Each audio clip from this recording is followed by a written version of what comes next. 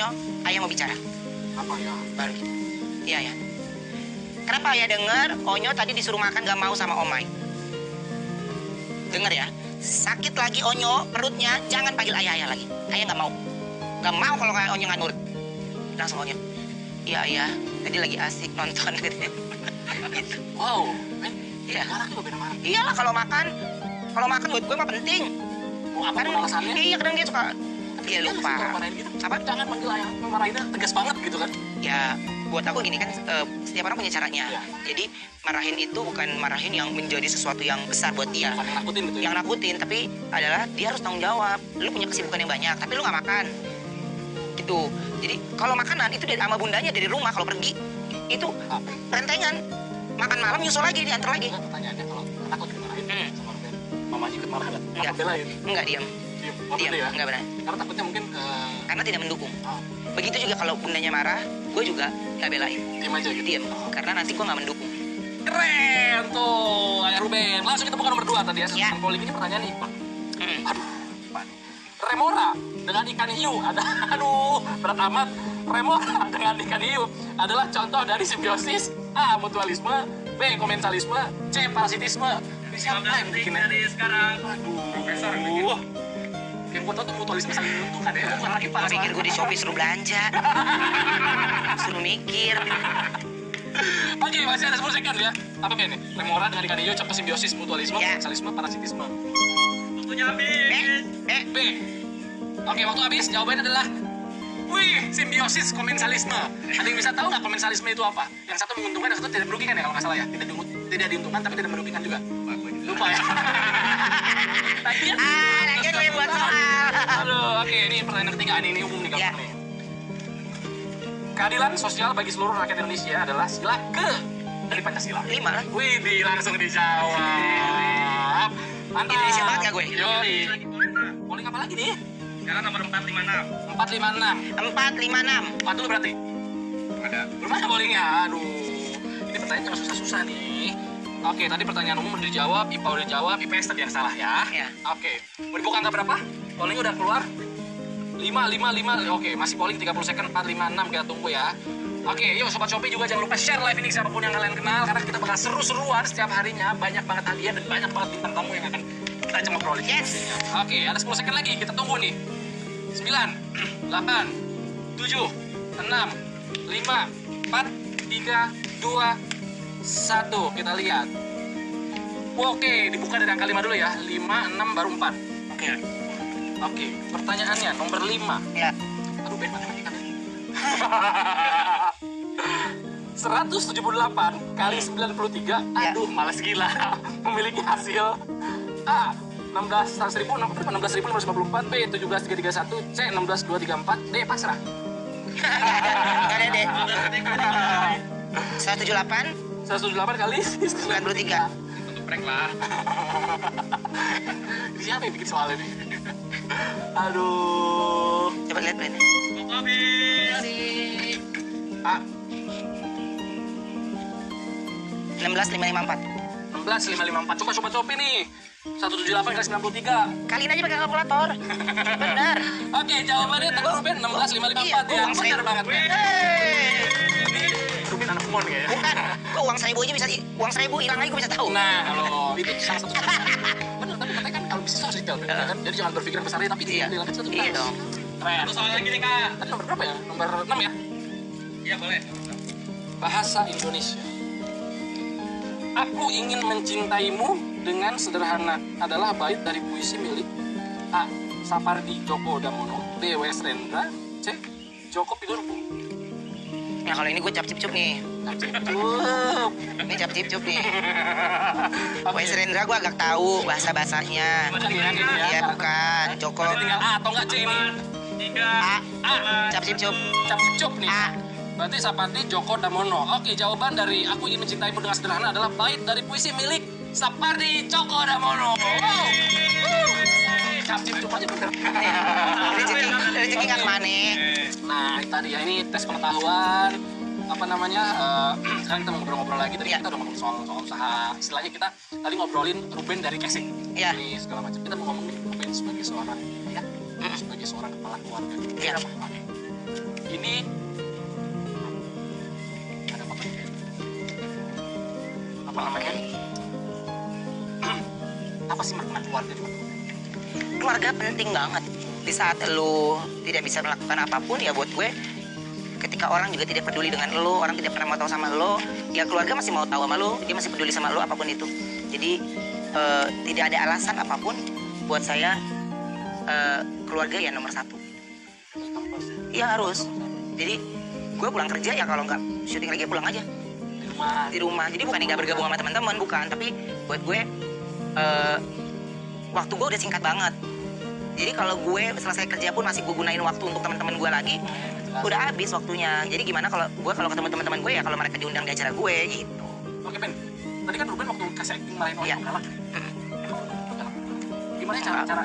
Justru gue mau di rumah banyak diem aja. Tapi kalau ada aja kadang-kadang suka bikin asal. Ya itu suaranya bundanya lah. Itu urusan bunda. Iya, tapi gue kalau marah itu kalau ketika menurut gue itu masih bisa kita ingatkan dan jangan mengandalkan istri untuk terus. Ya karena kan kalau mendidik anak itu harus ada kerjasama kan. Iya.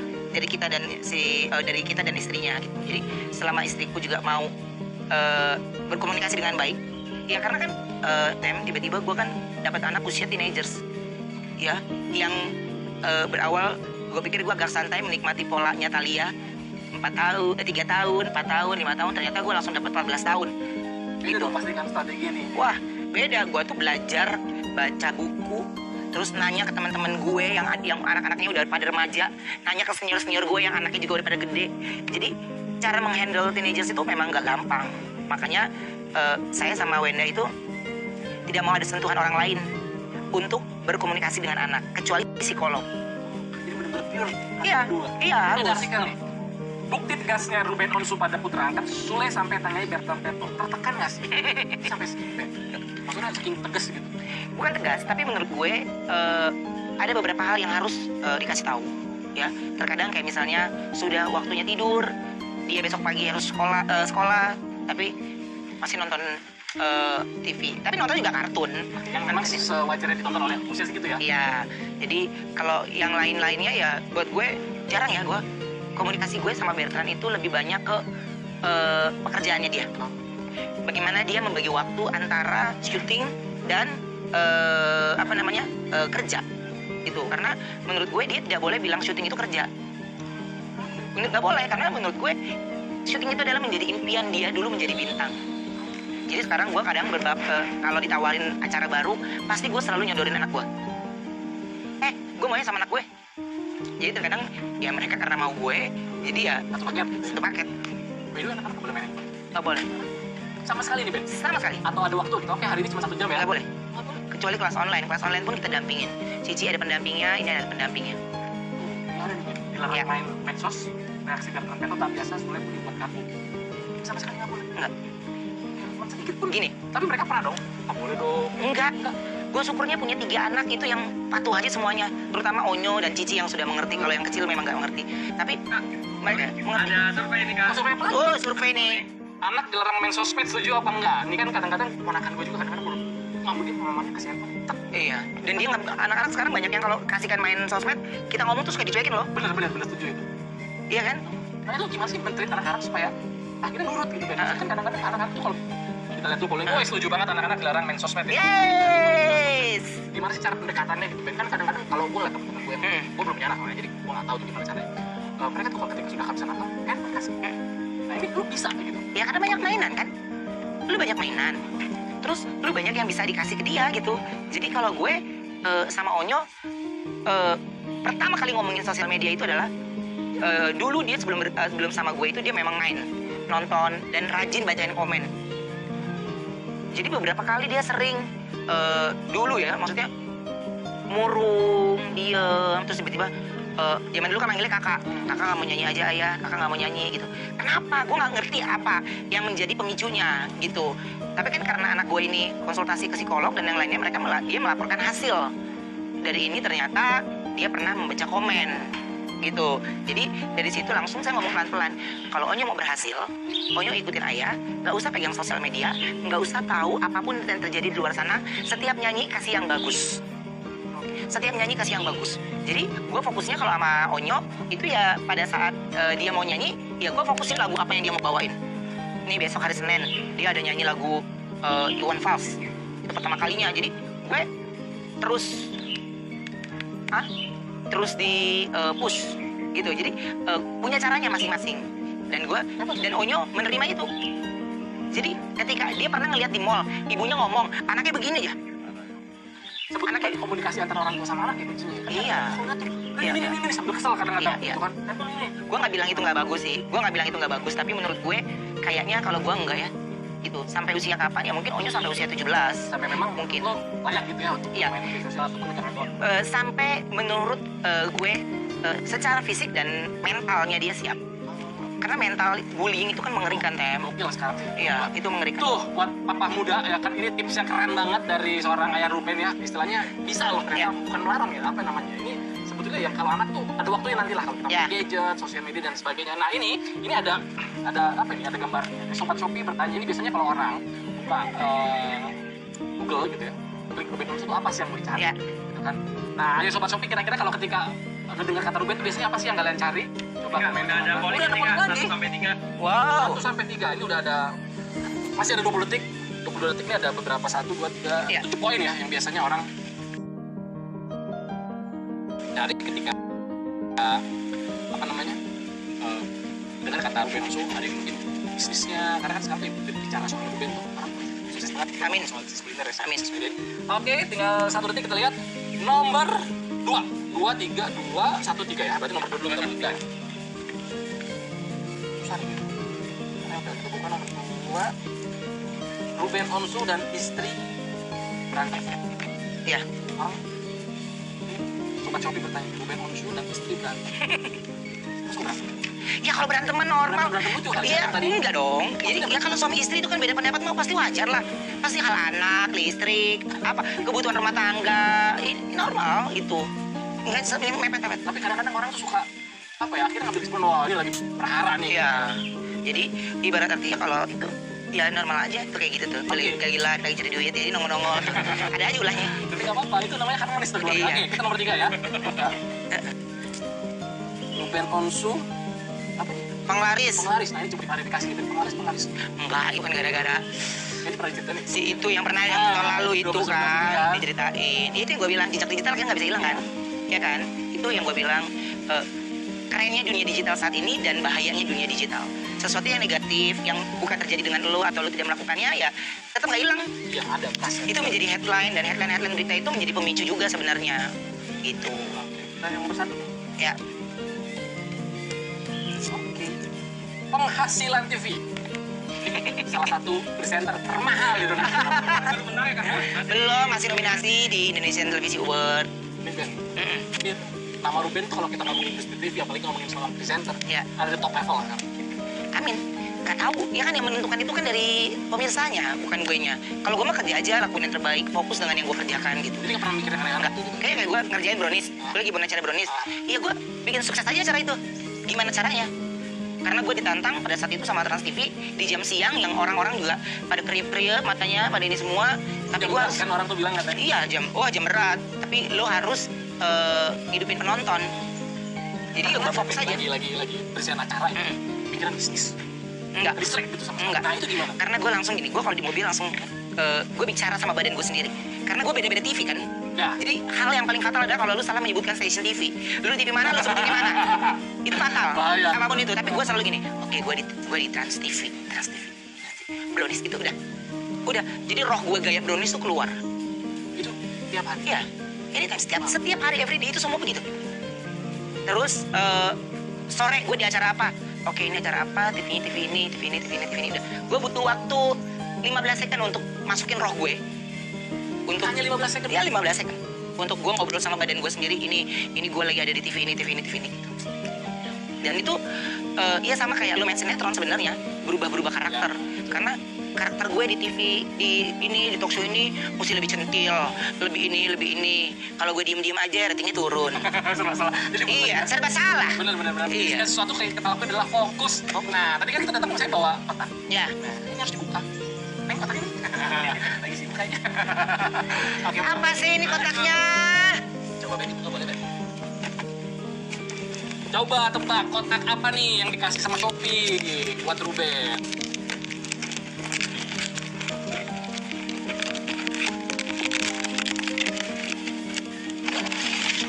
Apa sih nih? Apa? Ruben Onsu cuma gimmick takut ayam. Apa ini bukti bahwa Ruben Onsu tidak takut ayam? Oh, ini mah dihipnotis. Beneran takut ayam? Ih, gue mau dari zaman dulu. Tapi bisnis ayam sukses Ya lagi. itu nggak tahu Tuhan yang ngasih, gue mau nggak ngerti. Tadi kan Ruben bilang kalau mau bisnis kita harus suka dulu sama yang kita kerjakan. Makan, lebih ke makan. Tapi gue sekarang lagi mau merambah untuk apa namanya, ternak. Oh ternak. Kayak punya ternak sendiri. Oh di sekarang Biar nggak beli. potong udah. Kan beda, gue ngambilnya dari RPA. Jadi kalau rumah potong ayam itu ya ibaratnya lu mau bikin perusahaan apapun ya lu belinya di kita. Lu pernah bersentuhan langsung nggak sih dengan ayam gitu? Ngeliat oh ini ayam-ayamnya Ruben. Kalau ayam hidup mah enggak lah. Untuk pengen tahu kualitasnya. Enggak, tapi kalau ke pabrik pemotongan ayamnya iyalah. Kan kita harus tahu ukurannya, standarnya kayak apa gitu. Ben, ini kan yang tadi gue bilang kalau ngomongin lu tuh selain public figure, lu sekarang adalah sosok pengusaha yang sukses. Kalau kita lihat pandemi banyak teman-teman gue juga yang karena apa ya? Karena situasi akhirnya mereka mau membuat satu bisnis. Ya. Kasih tips dong buat teman-teman yang memang mungkin sekarang ini lagi memulai sesuatu yang baru dalam hidupnya, khususnya soal bisnis. Ya, jadi kalau buat gue sih ya di suasana pandemi ini gue rasa ini adalah kesedihan merintihnya kita bukan hanya di Indonesia, di Jakarta, tapi ini dunia ya. Tapi buat saya apapun yang sudah menjadi garis Tuhan ya itu yang harus dijalanin ya. Kalau mungkin ada beberapa teman yang akhirnya dirumahkan tapi ada yang dikasih uang ya, uang pesangon ya, atau memang ada sisa atau ada simpanan penghasilan di bank, itu digunakan dengan baik. Jadi tidak terlalu yang berlebihan. Misalnya kalau punya nyokap gue jago banget bikin donat, ini itu aja lu dagangin. Itu aja lu dagangin. Bagaimana strategi marketingnya? Nah ini, Itu. biasanya kan orang tuh jago masak tapi bingung jualan. Kalau makanan enak ya, dua orang beli, mereka kan ngomong lagi ke orang berikutnya. Waktu gue geprek ya, awal-awal itu cuman Instagram gue doang yang followernya cuma 7M Awalnya di situ. awalnya. Jadi gue nggak minta bantuan teman-teman artis, nggak ada sama sekali, nggak ada. Sendiri aja. Berapa lama tuh Ben, apa namanya waktu merintis? Kan kadang-kadang orang terus kan Iya. kenapa gitu. Iya lama lah. Kita baru mulai. Lama karena banyak drama-drama di tengah-tengahnya kan. Pasti Kan? ya, itu ya. Banyak drama-drama di tengahnya. Tapi buat gue ya event apapun itu ya gue Ruben Onsu gitu. Yang gue masih sosoknya masih hidup, gue sosoknya masih ada, dan semua cacian, semua orang-orang yang tidak suka dengan kita itu, lu harus lawan tidak dengan bacot lo, tapi lu lawannya dengan karya lo, lu lawan dengan prestasi lo, itu doang. Jadi yang pada mau berusaha untuk memulai sesuatu yang baru, buat saya jangan tidak usah yang terlalu besar-besar dulu. Walaupun dagang online, jalani. Yang paling terpenting adalah marketingnya. Yang paling terpenting adalah marketing. Iya, marketing promotion itu paling penting. Oke. Wow, tuh tips seorang entrepreneur ya dari Ruben. Amin. Fokus pokoknya karena namanya usaha tidak pernah mengkhianati hasil. Ya, Ben, thank you loh Ben. thank you banget. Waktu di studio sekarang di Di rumah, thank you banget udah main ke rumah. Cek gimana nih? Shopee Live kedua kali. Kedua kali. Banyak banget. Ya, pesan buat Shopee ya, kalau bisa jangan sekarang aja, besok ada lagi. Nanti gitu ya. 99 Masa setahun ya? Masa setahun sekali? Oh, catat tuh. Iya. Harusnya tiap bulan. Iya dong. Kita tutup, nanti kan Shopee, sebelumnya ada 99 Super Shopee Iya. Day yang telah dimulai hingga puncaknya 9 September 2020. Ada apa aja sih? Ada gratis ongkir ekstra, potongannya sampai 40.000. Late night sale hingga harga Rp99 dimulai jam 20 waktu Indonesia Barat sampai jam 23.59 ya, jadi 12 malam kurang lebih. Iya. Ada Shopee Tanam hingga 9,9 juta koin setiap hari. Nah, nantikan juga Shopee Live Super Festival 9.9 total hadiah ratusan juta di tanggal 5 sampai 9 September 2020. Dukung selebriti favorit kalian dari tim MAM. Tim MAM ini ada Ashanti Aurel Hermansyah, kemudian Gisel Gempi, Iis Dahlia Devano, dan tim Dean. Ada Ruben Onsu dan Yeay. ada Rizky Febian, Ahmad Rida Al-Ghazali yang menangkan hadiah hingga 100 juta. Ada juga tantangan hadiah dan kalian bisa menangin motor, emas, handphone, dan masih banyak lagi. Ben, thank you. Thank you banget, Sukses selalu. Sukses. Buat karir semuanya segala macam. Amin.